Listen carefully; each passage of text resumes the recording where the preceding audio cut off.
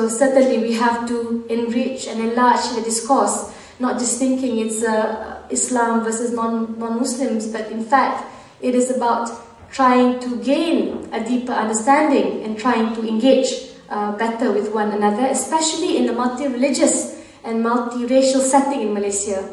So that is our pledge, that this commission will start, at least as the first step, into unwrangling a lot of the problems and complexities. But what is your personal view on that particular issue? Should people be allowed? We have stated openly, one of the biggest challenges is, of course, first, about being clear that Malaysian law does not allow open proselytization. Okay? But second, if I refer to the DUMC case in Selangor, there's also, how do I say, the fiqh of priorities, fiqh al-awlawiyat. I mean, certain things that you do to showcase that Islam is a religion of greater understanding, and you don't certainly break into people's programs and cause such a huge uproar and start bringing new allegations without solid proof. So this burden of proof must also be respected.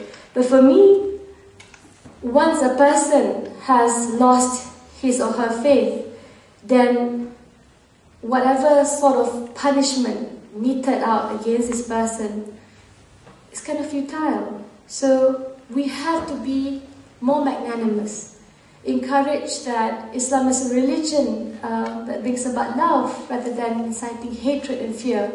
So I think you have to use hikmah in a lot of ways, and I believe that a lot of scholars, if given the room, Islamic scholars in Malaysia, would help pave the way forward.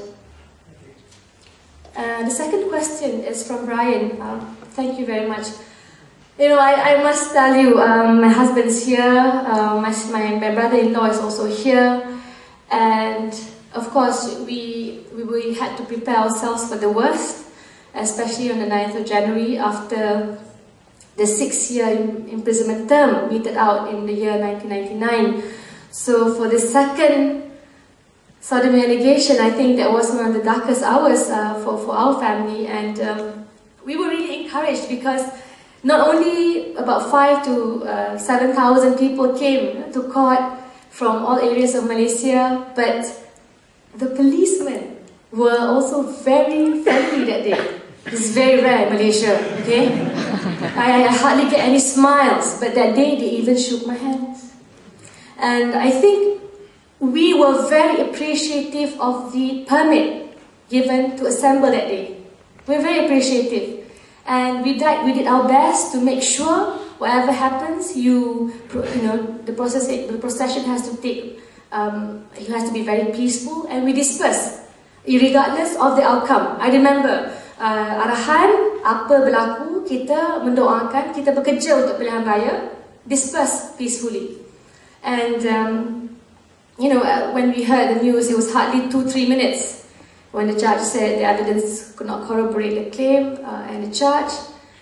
And then alhamdulillah, it was a huge, because you must remember, we have gone through 3 years of continuous slander. Every single day they will say Anwar Ibrahim's a homosexual, he's an CIA agent, he is an American agent, he is a Yahudi Jewish agent, he is a terrible man. I mean, continuously, and not by online bloggers. This is by Utusan Malaysia and UMNO papers. So certainly, even after the verdict, the judge validates that our assertion he's innocent all this while. Still now, every single day, and I'm a politician. I do admit you want to gain support, but there's limits to the sort of attacks and criticisms fielded. And I hope after the verdict and that we've put this huge culture of political mudslinging behind us and focus on issues, basically focusing on what Pakatan has to offer, our track record versus the track record of PN states. I think those things really appeal to Malaysians, and it provides greater hope for the future, because we try our very best to understand it's not about our struggle. I think from day one, we kept saying an independent judiciary will protect all Malaysians, regardless of your political stripes.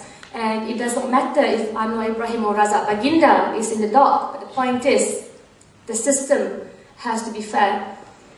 You know, I think clearly for Pakatan Rakyat, we keep saying this is a very oft-repeated joke. I'm sure you've heard it before. I don't know if you have, Mr. Danger. Let me tell you now. Okay, so you ready for it? Yeah. They say, you know, the date for Malaysian elections is only known to the Prime Minister, his wife, or God. So I don't know. I really wish I did, because in Turkey they have 6 months advance notice.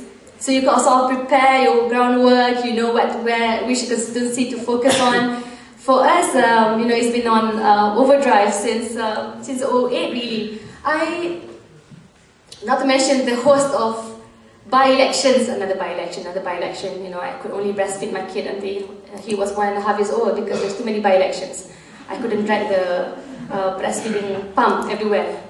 You have to educate everyone, you know? People have to know, women are women, and mothers as well. And we suspect, because for the first time in Malaysia's history as well, the government has adopted a new poverty line. Before it used to be 800 ringgit per person and per household, and they were supposed to receive assistance. But now we kept pushing since 2008 for a family to live comfortably. They have to get at least 3,000 ringgit above, and especially in Kuala Lumpur, etc. So the government actually responded, accepted that suggestion, and before you know it, voila, BRIM came into being. What is BRIM?